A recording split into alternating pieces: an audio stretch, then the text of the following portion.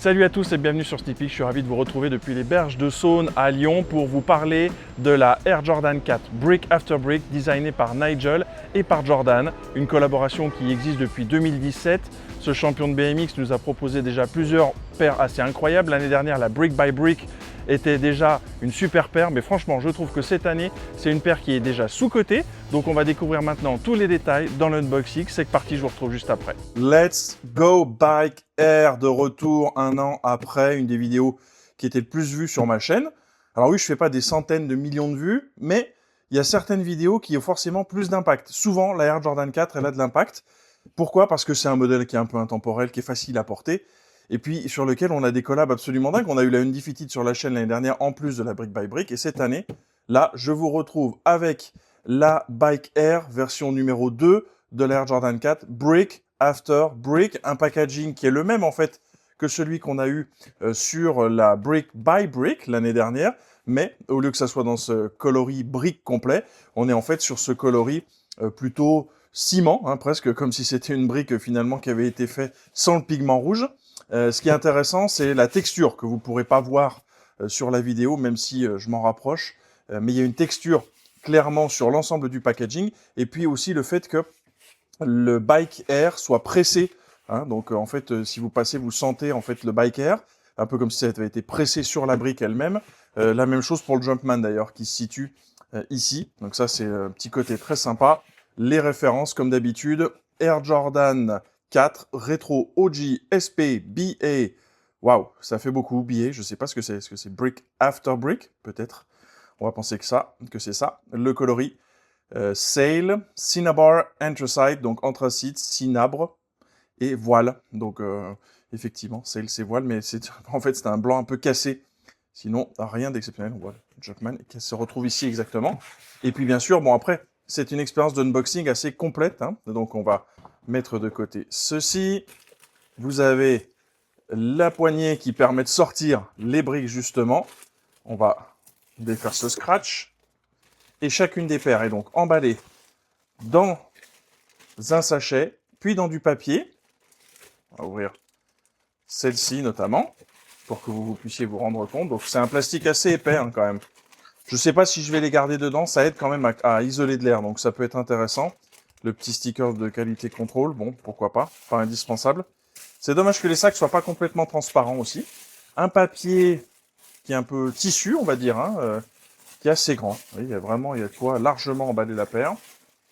Et on arrive directement sur ce qu'on venait venu chercher, cette Air Jordan 4 Brick After Brick. Pour vraiment finir l'unboxing, regardez, on retrouve évidemment le Go de Nigel Sylvester au fond de cette boîte pour cette collab. Donc ça, c'était déjà présent sur les autres collaborations. Mais je trouve ça sympa d'avoir cette mention Go. On y va, c'est parti. C'est parti donc pour cette review en détail de cette nouvelle Air Jordan 4 Brick After Brick. Et comme on voit ici, c'est un coloris qui est vraiment magnifique, inspiré très clairement de la Air Jordan 4 Fire Red, hein, qui est un des coloris classiques.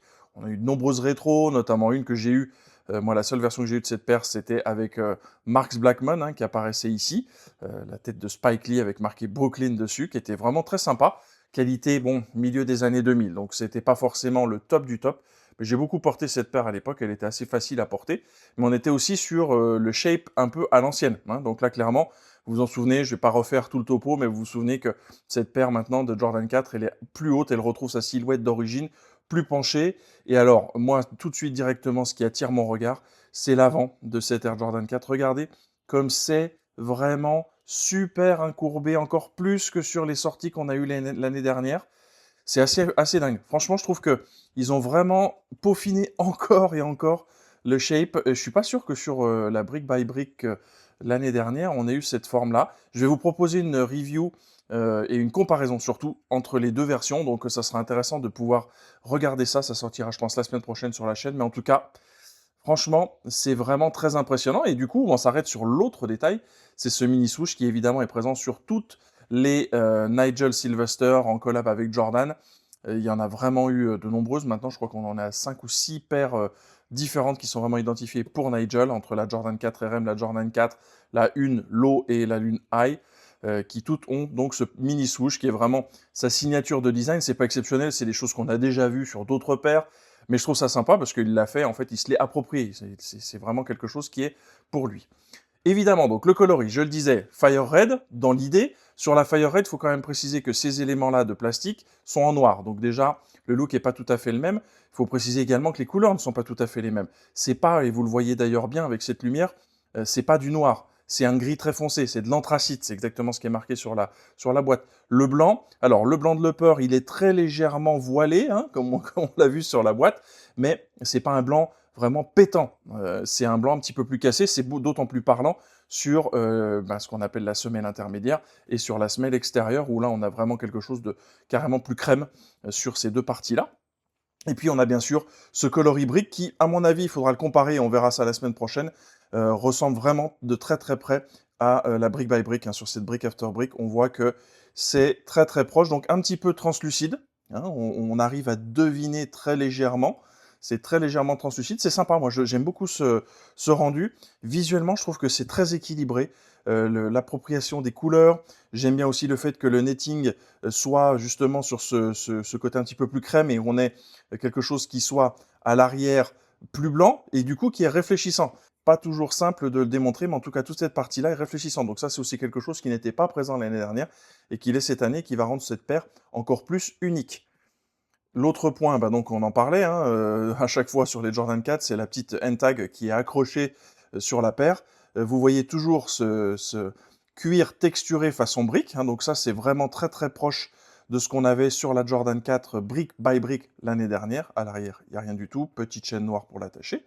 Donc ça c'est toujours sympa, évidemment, bon, ça finit un peu au fond de la boîte, hein, j'utilise jamais pour mes clés ou pour d'autres choses, mais c'est toujours un petit truc sympa en plus, et c'est quelque chose qu'on va retrouver à l'identique à l'arrière de la paire. Hein, vous le voyez ici, avec donc le Bike Air, à la place du Nike Air. Une lettre, ça change tout, on en avait déjà parlé l'année dernière.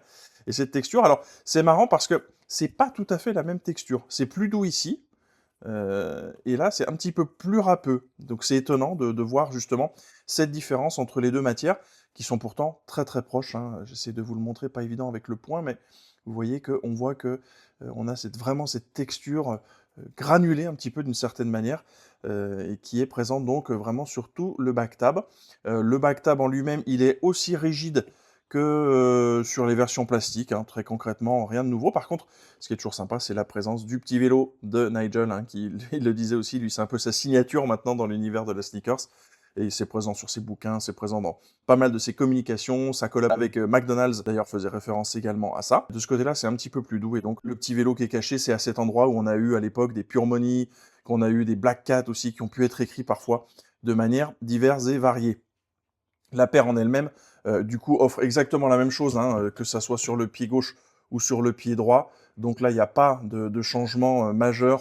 Vous voyez que c'est exactement la même chose. Hein. Si on compare les deux pieds, évidemment, on se rend compte que c'est exactement la même chose que toute paire de Jordan 4. Il n'y a pas eu un switch d'un pied à l'autre, c'est toujours la même chose. Alors, si on regarde la languette maintenant, d'ailleurs, la languette est particulièrement rembourrée. Ça, c'est très étonnant, je n'avais pas encore fait attention. Ce qui est intéressant, dans sa construction, c'est qu'elle est hyper classique finalement. Le patch Jordan Flight, tout à fait classique. Vous vous souvenez que sur la Undefeated, on avait ça, mais qu'on avait la possibilité de scratcher. Là, ils sont partis sur quelque chose de très simple. Et puis, à l'arrière, évidemment, on a une étiquette, mais qui ne dit pas Air Jordan, hein, qui dit Jordan Biking Co 2017. Ben ça, vous le savez, c'est commun. Hein. C'est la première année où il y a eu une paire de Air Jordan chez Nigel, avec Nigel Sylvester à l'époque. Donc c'est très cool de retrouver ça. Tiens, j'en profite pour sortir, puisqu'on vient de faire cet unboxing complet, et vous montrer qu'il y a une deuxième paire de lacets, s'ils veulent bien s'extraire de la boîte. Vous avez ici une paire de lacets donc anthracite, et il y en a, si je ne dis pas de bêtises, une troisième, qui va se trouver ici, et qui est une paire donc au coloris brique. Donc ça, c'est assez sympa d'avoir cette possibilité, pourquoi pas, de customiser un peu sa paire comme on le souhaite. Pourquoi pas l'anthracite? Le rouge, je l'ai vu sur certaines photos. Je trouve pas ça très heureux. Je trouve que ça alourdit un peu le dessus de la paire. L'anthracite amènerait peut-être un peu de contraste vu que c'est une couleur qui n'est pas très présente sur la paire. Hein. Il y a vraiment juste cet anthracite qui fait le tour. Bon, dites-moi dans les commentaires ce que vous pensez. Est-ce qu'il faudrait mieux justement opter pour les lacets anthracite ou rester sur le blanc? Je pense honnêtement que je vais rester sur le blanc. Vous vous souvenez l'année dernière que quand on mettait le blanc sur la paire brick by brick, ça avait tendance à tacher un peu les lacets. Donc moi je déconseillerais de les changer même si ils étaient quand même plus sympas et offraient plus de contraste. En tout cas pour l'instant, je vais rester sur les blancs. Ne jamais oublier les détails, vous me connaissez. Nigel Sylvester sur la semelle intérieure gauche et sur la semelle intérieure droite, Biker. Et bien sûr, le mantra de Nigel Sylvester, go! Toujours les détails jusqu'au bout des lacets, regardez, brick after brick. La question évidente, bien sûr, c'est celle de la qualité des matériaux. Et c'est là où ça fait vraiment la différence par rapport à une Jordan 4 classique. On a eu par exemple la Fly Club, on a eu la White Cement l'année dernière. Il y a eu beaucoup de remarques qui ont pu être faites sur ces deux paires-là en particulier. On voit qu'il y a beaucoup de Jordan 4 qui restent un peu à l'arrêt sur les rayons et qui attendent d'être vendus avec des promos. Moi, je trouve que c'est plutôt une bonne chose. On aura l'occasion peut-être d'en rediscuter. Mais en l'occurrence, sur cette paire, lorsqu'on la sort, on sent tout de suite la qualité du cuir. Franchement, c'est pas des morceaux de cuir qui vont être hyper épais. Hein, je pense qu'on peut vraiment l'apercevoir ici. Mais par contre, c'est d'une souplesse. Donc, ça risque de marquer un peu en marchant. Mais ça ne sera pas vilain. Et ça, je pense que c'est aussi important de le préciser. On voit vraiment le grain du cuir. Ça, c'est le grain naturel du cuir. Il n'y a pas une surcouche de polyuréthane qui est appliquée, qui est trop épaisse et qui va rendre la paire moins sympa à porter, peut-être un petit peu plus rigide. Mais on voit vraiment que sur tout le peur, c'est très sympa, même sur cette zone qui parfois, même si là c'est en cuir, là ça peut être du synthétique. Franchement, au toucher, je pense que c'est également du cuir. Hein, on voit ici la découpe. Donc, franchement, ils ont fait du bon boulot. C'est aussi ça l'avantage d'une collab. Et puis surtout, ce qui était surprenant, vous vous en souvenez, une collab qui a 200 € par rapport à certaines paires qui vont sortir à 210, 220, 230 € maintenant. Ça, c'est le bon choix. C'est le bon choix qui est fait par une marque qui essaye de reprendre des parts de marché par les collabs. Ok, c'est une bonne idée, pourquoi pas. Mais en tout cas, en offrant des produits de qualité, ça, c'est la meilleure idée. Hein. Donc, maintenir des prix, essayer de rester sous les 200 €, ça serait la bonne solution, surtout sur des modèles comme celui-ci. Une Jordan 4, il y a 20 ans, ça valait 130 €.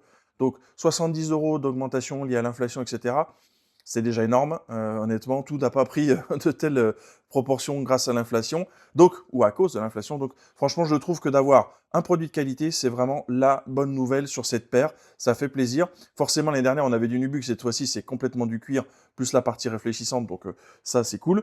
Mais je trouve que là, le cuir, franchement, est de bonne qualité. Puis alors, ça se sent vraiment. Là, j'ai été très surpris en prenant cette languette. Donc, je vous ai dit, elle est très rembourrée. Donc, ça, pour le confort, c'est assez cool. Elle est très souple. Hyper souple. Donc ça, le confort qu'on va avoir au pied, c'est cool. Et donc, bien sûr, je vais vous montrer tout ça dans la vidéo. Hein. Vous verrez du on-fit à maximum. Le fit, c'est une Jordan 4 comme d'habitude. On est sur du trou tout ça et j'ai même pas besoin de l'essayer, j'en suis sûr et certain. Je ferai peut-être une petite précision potentiellement en conclusion de la vidéo parce que j'aurais fait du on-fit un maximum à ce moment-là.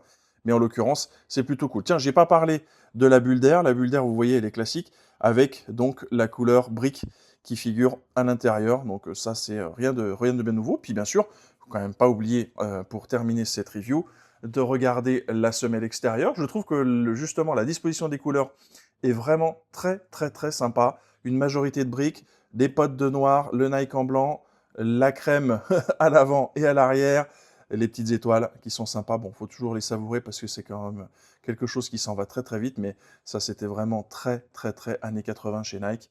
L'arrière, lui aussi, de manière très classique. Franchement, c'est parfait. Je trouve que l'équilibre de ce qui a été proposé sur cette collab est très cool. Oui, c'est sûr que ça saute peut-être un peu moins aux yeux, mais franchement, en niveau qualité, au niveau réalisation, c'est top. Je précise quand même que j'ai eu un ou deux petits points de colle qui étaient ici à l'avant, mais qui sont partis. Donc ça, c'était cool.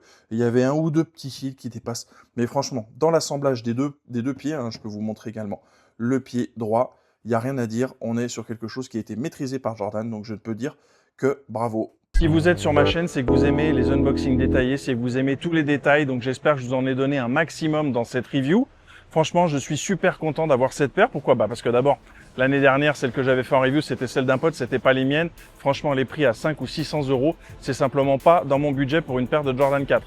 Mais par contre, cette année, je suis super content d'avoir cette brick after brick. Pourquoi? Parce que en termes de qualité, c'est au même niveau que l'année dernière. En termes de réalisation, c'est-à-dire le souci des détails, les choix des couleurs, tout est parfait. On-fit, franchement, j'ai déjà un peu marché avec aujourd'hui, elles sont très confortables, plus confortables qu'une Jordan 4 White Cement par exemple.